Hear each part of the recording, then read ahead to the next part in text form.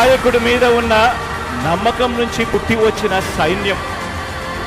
ఒక నాయకుడిని నమ్మారు ప్రజలు అనంటే ఏ రకంగా ఉంటుంది స్పందన, ఏ రకంగా ఉంటుంది వాళ్ళ ప్రేమ అన్న దానికి ఇదే నిదర్శనం.